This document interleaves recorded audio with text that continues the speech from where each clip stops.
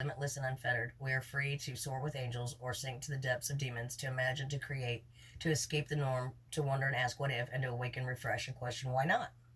A jester rests atop a magical box prop, her costume, a nightcap, and slippers. It is time now for rest and escape. Around her float magical dream catcher nets, which capture her drifting, elusive imagination. Climbing up the adjacent pole are a variety of creatures, each symbolically associated with dreams in different cultures. Be wary of dreams and interpreting them falsely. They may be true visions or merely mirages of the truth that will send us further from reality. Don't stay lost in dream worlds. What I'm getting from that. Don't see things. Learn to start seeing things as they really are. You know, and your dreams at night. You may dream about this person and miss them and think that means you're supposed to be back with them or whatever, and that's not necessarily true. It's what spirit's warning you about. Let's see, number 16 card. Oh, sorry, that was the 6. Oh,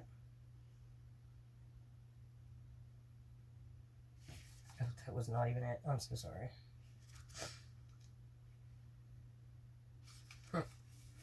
Well, you know what? That message came through, so it was supposed to. Balance and equality. And if I'm losing balance in a pose, I stretch higher and God reaches down to steady me. It works every time and not just in yoga. Despite our differences, by changing our position, stance, or direction, we may find a common ground and jointly interact. This process is made easier when both sides participate in unison. A jester performs his dance, strength and motion combined, and in one instance he remains frozen in perfect poise. In his hands he balances two masks of opposing shapes. Despite their fundamental differences, his dancing form positions them so their opposites are transformed and their shapes now morph to one of complementary yin and yang harmony.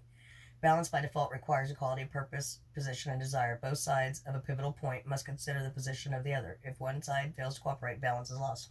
You must find and maintain a balance. You're in or out. You've got to learn to love yourself. You can't just love somebody else without loving yourself. It doesn't work that way. You can't fill somebody else's cup until yours is full. Okay, and then the number 16 card. Distance, isolation, and perspective. Distance not only gives nostalgia, but perspective and maybe objectivity. Physical distance or emotional detachment serves to give us a greater comprehensive view. Distance may also provide a clearer overall perspective than a close-up would. From this vantage point, we can often get the big picture and reach different conclusions. A solitary woman strolls a desolate beach, her isolation providing a point of reflection. Distance from the influence of others, this is a scene of personal contemplation. The floating monoliths provide perspective and suggest the distances with greater emphasis than would an empty sky. Perhaps representing issues in her life, their distance reinforces her isolation, but may also provide her with perspective and clarity of vision that she is seeking. We need to strike a balance when assessing a situation. Are we too closely involved, or should we step back? Yes. Yes, you need to take a step back from this and go inside and figure out what it is that keeps you stuck in this. Because if one of your friends was going through this, there's no way you would tell them to stay. It would not be your advice. Well, it shouldn't be your advice to yourself either. You know? You're going to have to go inside and find out what it is, because until you heal everything in here and heal what's been damaged during this relationship, you're not going to be good for anybody else.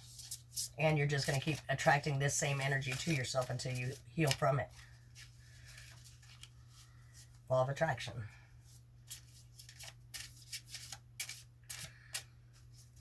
Law of attraction isn't just about what you want and what you think you deserve or anything like that. Law of attraction is about whatever you're focusing on, where attention goes, energy flows. So if you're an energy of this happens to me, everybody does this to me, and things like that, it's going to keep happening to you because you're telling the universe that that's what you want by focusing on it. I mean, it honestly is that way. And if you haven't healed that inside of you to where you don't think that that's what you get and you don't focus on that and don't look for it, that's going to keep happening. Okay. Last one, 25.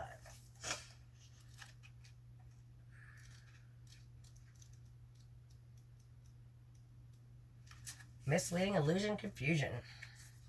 Do not be misled by what you see around you or be influenced by what you see. You live in a world which is a playground of illusion, full of false paths, false values, and false ideals, but you are not a part of that world. What we experience and how we interact is often indirect from a distance. Physical interaction that would normally have provided all our senses an opportunity for feedback and assessment is now increasingly being replaced by virtual alternatives. From email and texting to social networking, our relationships are becoming increasingly defined by virtual interaction that can distort and substitute reality. We can now create multiple new identities. How we go about quantifying people and events is now increasingly based on new paradigms that can provide a false perspective for both viewed and viewer alike. Yeah. Don't judge people by what they say and what they present to the world. Let their actions be what you judge them by. And you know, they're saying we're not supposed to judge and yada yada yada. Don't judge them as a person, but judge their actions to tell you about their character. Because not trustworthy is not trustworthy. Trustworthy is trustworthy. There's not really a gray area. And make sure it's consistent. You don't, assume they're one way or the other until you see the actions consistently that back that up. All right, I feel like all the messages have come through. I do thank you for watching.